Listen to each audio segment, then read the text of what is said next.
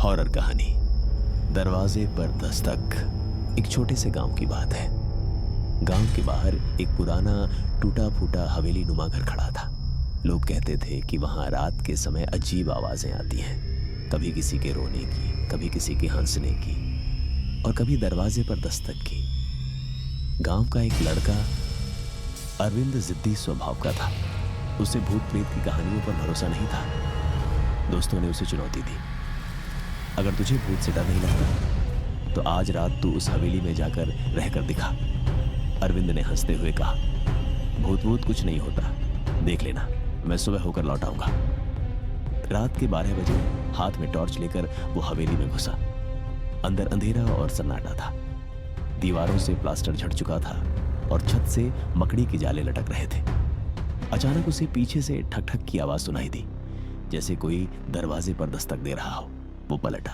दरवाजा बंद था मगर आवाज साफ थी। उसने सोचा शायद हवा होगी और आगे बढ़ गया। लेकिन कुछ ही कदम चले थे कि वही दस्तक फिर सुनाई दी, इस बार और तेज। ठक ठक ठक। अरविंद डर तो गया लेकिन हिम्मत दिखाने के लिए जोर से बोला, कौन है वहां? कोई जवाब नहीं आया। वो जैसे ही ऊपर वाले कमरे की सीढ़ियां चढ़ा, उसकी टॉर्च अपने आप बंद हो गई। अंधेरे में उसे लगा जैसे कोई परछाई उसके सामने खड़ी है। फिर अचानक वही आवाज, लेकिन इस बार उसके कान के बिल्कुल पास, दरवाजा खोलो। अरविंद के शरीर से पसीना छूट गया। वो दौड़कर नीचे आया, दरवाजा खोलना चाहा मगर दरवाजा बाहर से बंद था। अंदर अब सिर्फ दस्तक ही नहीं बल्कि किसी के कदमों की आहट भी गूंज रही थी। थक थक थक, जैसे कोई धीरे धीरे उसकी तरफ बढ़ रहा हो। आखिरी बार उसने पीछे देखा और उसकी आंखें वहीं जम गईं। एक औरत आधे जले चेहरे के साथ लाल आंखों में उसे घूरते हुए खड़ी थी। अरविंद चीखा लेकिन उसकी आवाज बाहर किसी तक नहीं पहुंची।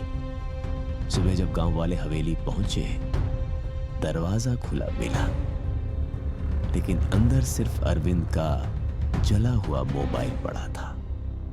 उसके बाद से आज तक आधी रात को उस हवेली से दस्तक की आवाजें आती हैं। क्या तुम भी कभी ऐसी दस्तक सुन चुके हो?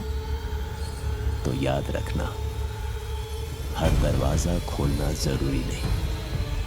अगर कहानी पसंद आई तो लाइक, शेयर और सब्सक्राइब करना मत भूलना, क्योंकि अगली बार दस्तक शायद तुम्हारे दरवाजे पर हो।